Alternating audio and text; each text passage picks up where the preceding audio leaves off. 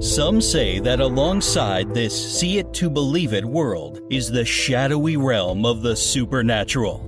Sometimes the residents of that dimension touch us, and in one moment, our lives are changed forever. America's Lady of Supernatural Thrillers, Mary Ann Pohl, is your real Ghost Chatter host. On this podcast, you'll hear stories by real people who have seen real ghosts. Once in a while, Mary Ann will podcast a tale taken from the genre she loves best, the supernatural. Welcome to today's Real Ghost Chatter episode.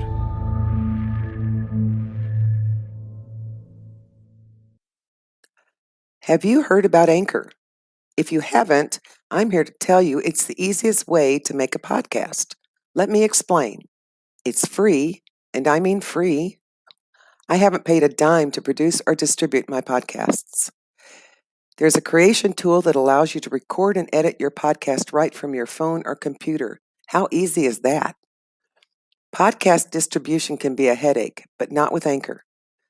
Anchor distributes your podcast for you, so it can be heard on Spotify, Apple Podcast, and many, many more. As a bonus and not an obligation, you can make money from your podcast with no minimum listenership. Anchor has everything you need to make a podcast in one place. Download the free Anchor app or go to anchor.fm to get started.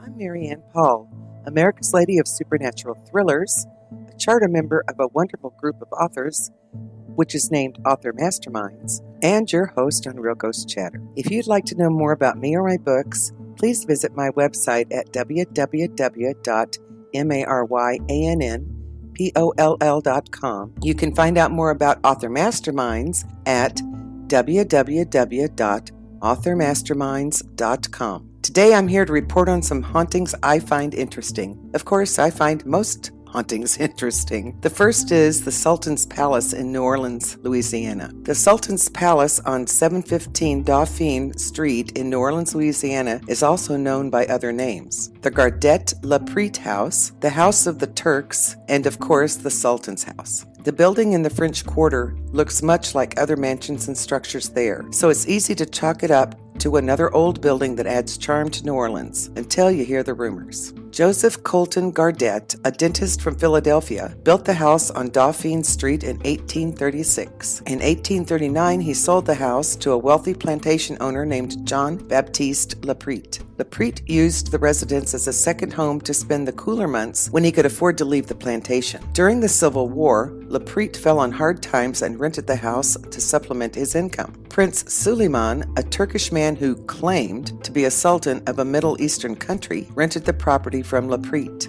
Suleiman moved in, installed new locks on all the doors, blocked the windows, and completely redecorated the house. Suleiman moved several women, family members, children, and servants into the new home. Turkish guards patrolled the house regularly, and no one was allowed on the property without Suleiman's approval. Suleiman threw extravagant parties that filled the house with music, dancing, and incense, and some say opium.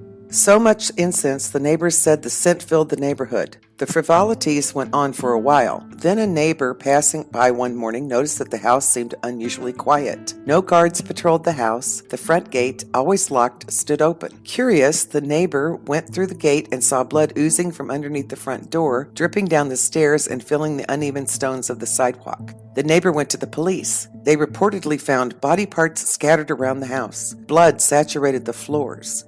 No one in the house survived. Women, children, servants, and even the guards had all been slaughtered, beheaded, and dismembered. The Sultan was not among the dead. His absence was a mystery. Then something in the courtyard caught the eye of one of the policemen. It was a hand straining toward the sky from beneath the dirt. It was the Sultan, and he had been buried alive. No one ever identified the killers, but there were a lot of speculations. Some blamed pirates, but the murders didn't fit the pirate modus operandi. After further investigation, it was discovered that Prince Suleiman wasn't a sultan himself, but the brother of one. It seems Suleiman had stolen from his brother and then fled the country to start a new life. His brother tracked him down and executed him, along with everyone else in the house. It is also worth note that the murders supposedly committed on Dauphine Street cannot be verified. There is nothing in old newspapers. The only confirmation is the legend handed down over the last almost 200 years. Regardless of the murders occurring or not, several people report hauntings. One owner of the Gardet Laprete house, now a collection of apartments, admitted that odd happenings occur in the building, like keys that disappear only to reappear later. People continue to report the smell of exotic incense on the street outside the building. Tenants claim to have seen the spirit of the Sultan himself, dressed in robes and a turban, standing at the foot of their beds. Many blame vengeful ghosts for the falling death of a woman hanging laundry on an upper balcony floor. People report seeing the veiled faces of the slain members of the harem peering mournfully out of the upstairs windows. Ghosts of the Sultan's entourage are said to move about the building, and the sounds of footsteps are heard running about in panic or climbing upstairs. And then there are the screams. Specifically, cries in the middle of the night, possibly lending credence to the night of horror in the Sultan's palace. Further, in 1979, Frank D'Amico's wife lived in the penthouse of the building on the upper floor. As she described the event, Mrs. D'Amico climbed into bed and almost immediately witnessed a dark figure standing at the foot of her bed. It approached her, gliding over the floor. She panicked, I would too, oh God, and scrambled to turn on the lamp sitting on her bedside table. The lights lit up all of the dark corners of her bedroom. No one was there. The dark figure vanished as quickly as it had appeared. One resident of 716 Dauphine reports going down the stairs to do laundry and watching his dog shoved down the flight of stairs by an unseen force. He says his dog also refuses to enter the living room unless brought inside by himself. Animals reportedly have a sixth sense in sniffing out ghosts and spirits, and it seems that this dog certainly knows that something isn't quite right about the former Sultan's palace. According to historians and paranormal enthusiasts like James Caskey, there seem to be two main ghost hauntings in the Sultan's palace, and it's unlikely that either one is a result of the purported bloodbath in 1836. The first is that of a Confederate soldier who still haunts the house in his military uniform. The second is the spirit of a woman who probably lived in the house at some point in time. Maybe the one who fell while hanging her laundry out to dry? Maybe. The ghost of the Confederate soldier remains both mysterious and interesting. No Civil War battles were fought in the local area of New Orleans. It may seem strange, then, that the so-called Sultan's Palace is haunted by one. The Sultan's Palace is a private residence and you cannot go inside. There are, however, several ghost tours around New Orleans that will pass by the area, tell you the chilling story, and give you even more information about who may be haunting the Sultan's Palace. The second haunting is the Gehm House in St. Louis, Missouri.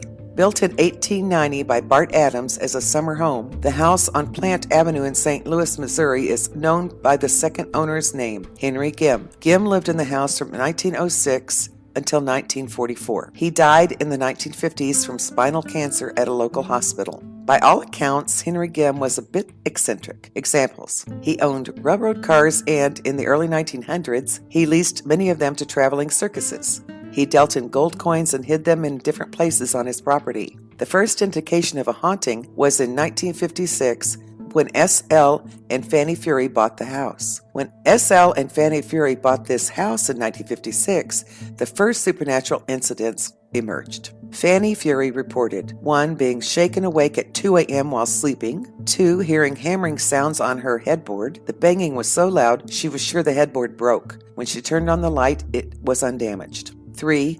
A thumping against the windows at night, but she could never identify the source. 4. Finding a heavy wall sconce lying on the floor. 5. The sound of footsteps going up and down the stairs at all times of the day and night. She felt like someone was searching for a lost possession. Soon, other family members experienced eerie incidents. S.L. reported awakening to see a misty form drifting, then gliding into the hall. S.L. followed the enigma into his youngest daughter's bedroom, where the mist vanished. The Fury's 3-year-old daughter, she reports she asked her parents about the older woman dressed in black who came into her room at night. Fanny questioned her. The young girl said she was talking about a lady who had a little boy with her. Later, she told her mom sometimes this woman spanked her with a broom, but it didn't hurt. The couple, having endured the ghostly activity for 9 years, decided it was time to move. The next family to move in was the Walsh family. They moved in November 1965. Their 10-year-old Wendy and 20-year-old Sandy came with them. They did not know of the hauntings. Claire Walsh reports, "One evening, the family dog accompanied them to the kitchen. Unexpectedly, the canine cowered and began quivering. Right after, Claire watched a white misty form sail into the living room and hesitated for a moment before it vanished. She heard footsteps traveling in the house at night. She too felt as if a person was looking for something. Claire felt a presence before hearing rapping on the bedroom window. Claire also sensed the spirit of a little blonde-haired girl in the attic. She also heard children running up and down the stairs and found writing made by a child with a handprint." Claire decided to research the history of the house. She asked the neighbors, Mr. and Mrs. Carew, if anything strange had happened in the place. The Carews told her they considered buying her home. They didn't. It seems the man across the street frequently stayed in the home. He told the Carews he believed it to be haunted. Claire talked to the man across the street. He said Gehm had valuables in various places in the house, and he was sure it was Gehm's ghost returning to find his treasures. After this discussion, Claire thought about the house and the oddity of the attic door refusing to remain closed. She knew she had closed it. When she returned, it would always be open again. Her husband and daughters reported hearing footsteps and also hearing the door in the attic creak as it opened. She thought the best place to start to search for treasure would be there. Claire discovered that the stairs to the attic had a tread that opened and exposed a hiding place underneath. A treasure could have easily been hidden there at some point in the past. One day, Claire had an impulse to go to the attic. She found the door standing open. The last time that Claire had been there, everything was in order. She was shocked to discover everything was now out of order. A heavy chest of drawers stood open. One drawer was dangling on its side. Blueprints filled the bureau. When she inspected the prints, the name printed on them was that of Henry Gehm. In March of 1966, Henry Gehm's spirit appeared and directed Mrs. Walsh to a hidden doorway in the attic. Behind the door was a secret chamber, but it was empty. Rumor was Gehm buried gold coins somewhere on the property. The activity increased. Now, Claire reported, the footsteps continued. She found the dining room's break front open and objects in its drawers rearranged. One day, Claire discovered her dresser open and her clothing scattered. Wendy told her mother she saw a person opening and closing her dresser drawers. The family heard muted cries. The typewriter in Wendy's room worked by itself, lights turned on and off randomly, and their dog became bewildered and scared. The family discussed the situation. They thought there were at least 2 ghosts, Gehm's and a child's. They decided to move. Presently, the Wheeler family and their 3 children live in the house. They feel it's haunted. The Wheelers had a dog who would stand at the top of the stairs with his nose pointed and tail raised in the air as if he were staring at something that they couldn't see. Their son Jack woke to the bed shaking on its own. He reported seeing the ghost of a man in old-fashioned clothes. Mysterious noises emit from the attic. Bedclothes are disturbed, and there are indentations on mattresses as if an invisible entity is sitting or lying on them. A misty white form materialized in the pantry. Ghosts are believed to be Henry Gehm, his wife, and a grandson who was 6 when he died. Wheeler said he initially thought about allowing investigations. On second thought, though, he decided to live quietly and raise 3 children at the house. For years, he turned down interview requests. Haunted houses either die off or they get commercialized, Wheeler said then. We're glad ours isn't getting commercialized. The third is a report on haunted paintings. I find this so interesting. Sometimes I can't write an article better than one I come across, so following is such a piece. The source it came from is the anomalian.com, and that would be ANOMALIEN.com. In the world of haunted objects, there seems to be something extra creepy about haunted paintings. Perhaps it has something to do with the intimacy of a painted canvas or the timelessness of the medium. The subject's eyes seem to look deep into your soul, and sometimes these eyes even follow you no matter where you go. The following is a collection of unique stories of paintings that brought with them some very dark forces that no one, and I mean no one, wanted in their home. The first is called The Hands Resist Him, or AKA the eBay Haunted Painting. The Hands Resist Him is often referred to as the most haunted painting globally, seemingly for a good reason. It's incredibly creepy to look at, and it has a pretty comprehensively disturbing backstory. The Hands Resist Him is artist Bill Stoneham's homage to a photo taken of him when he was a child, with the title taken from a poem written by his wife. The painting, completed in 1974, is creepy enough on its own. Interviewed about it, Stoneham explains, "The hands were all of the possibilities. You were left with the question, are these disembodied hands? Are they dismembered, floating there in space, or are they connected to bodies?" Within only a few years of its completion, 3 men closely associated with the painting, including the gallery owner who first contracted it and the patron, who is Godfather actor John Marley, who first purchased it, were dead. The next couple to own the painting, which was a California couple who struck no one as the type to make up paranormal stories, began to report incredible things, namely, that the figures in the painting were moving around at night and sometimes disappeared from the canvas altogether. The couple reported dreams in which the boy in the painting entered the room where the painting was hung. Additionally, everyone who viewed the image reported feeling unwell. Infants cried upon being in its presence.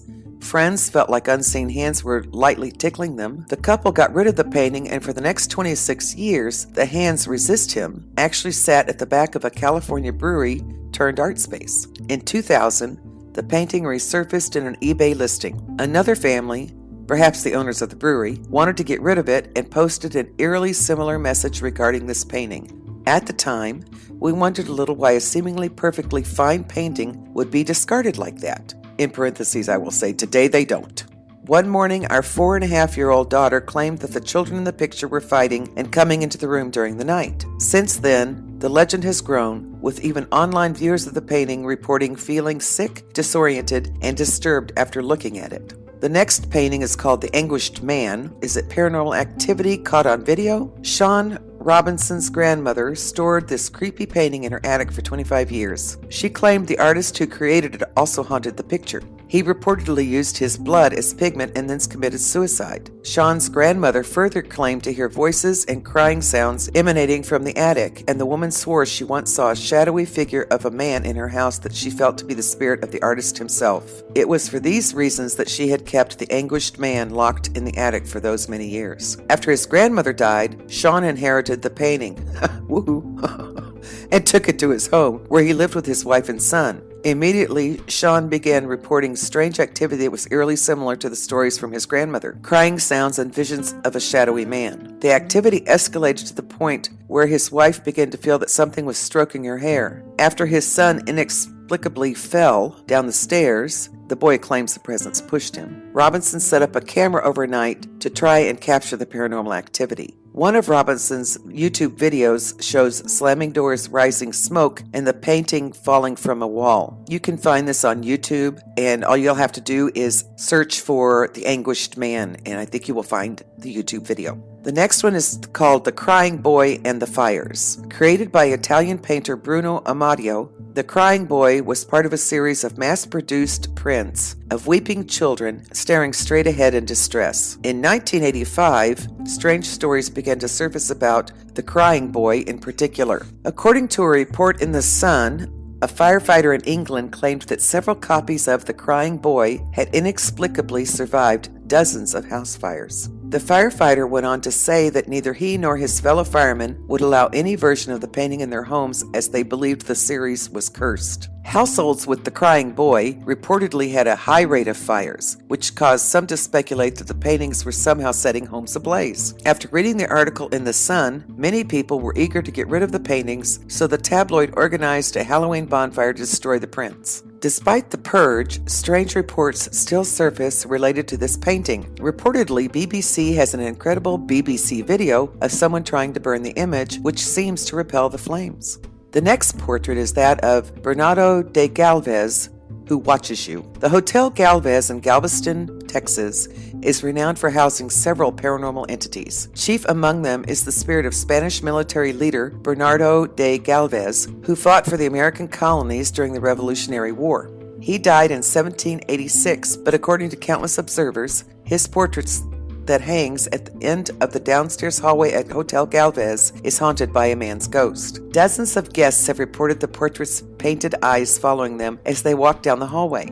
They also report cold spots upon approaching the painting. Another phenomenon is associated with the painting. Evidently, tourists who try to photograph the painting claim they can't get a clear photo of the portrait until they get permission from Bernardo's ghost. A paranormal investigation team visited the Hotel Galvez for this specific purpose and claimed that all their initial photos were blurry or distorted. Only after they had verbally asked for permission did they capture a clear image. Obviously, this painting doesn't belong in someone's home, but can you imagine that anyone would want it if that were an option? Next one, and the last one, is the painting of a paranormal photograph. According to a strange story in paranormal.about.com, in the early 90s, artist Laura P. created a painting based on a supposedly paranormal photograph taken by commercial photographer James Kidd. Kidd had taken a photo of a stagecraft in Tombstone, Arizona. Upon developing it, Kidd noticed something surprising. Perched on a log left of the wagon appeared a figure that had not been present when the photo was taken. Moreover, the figure appeared to be missing its head. After hearing the story in person from Kidd, Laura was inspired to create a 16 by 20 inch oils painting based on the photo. Almost immediately upon beginning her work, she says, she was struck with unease as to why she had chosen this subject. After finishing it, she hung it for display at a local business. Within 3 days, the company called her to return and remove the painting because the people who worked in the office claimed that the picture was moving on its own, causing papers to go missing and, in general, making people feel uncomfortable. The painting was returned and eventually taken along with Laura and her husband when they moved to their new home. The anomalies continued, strange, minor occurrences that persisted for years and always seemed to involve the painting or happen near it. Laura told some of her friends about the painting, and one of them doubted the story vehemently and demanded to see the canvas with her own eyes. Upon seeing it, she laughed at it. According to Laura, that night at the woman's house, a clock that had been on the wall for 40 years fell and broke into 100 pieces. Finally, a friend took some photos of the painting, which is weird in its own way given that the image is based on a photo. The friend claims he had laid the images out on the table in his home and that when he went outside, he saw a shadowy white figure that seemed to be missing its head. He got rid of all the photos immediately. I never knew there were so many haunted painting stories. And as they say, we live and learn. If you enjoyed this podcast, I encourage you to share it with others you think would also be interested. If you'd like to know more about me, go to maryannpoll.com and or authormasterminds.com/MARY-ANN-POLL. Until next time, may the wind always be at your back, the sun on your face, and the good Lord walk beside you.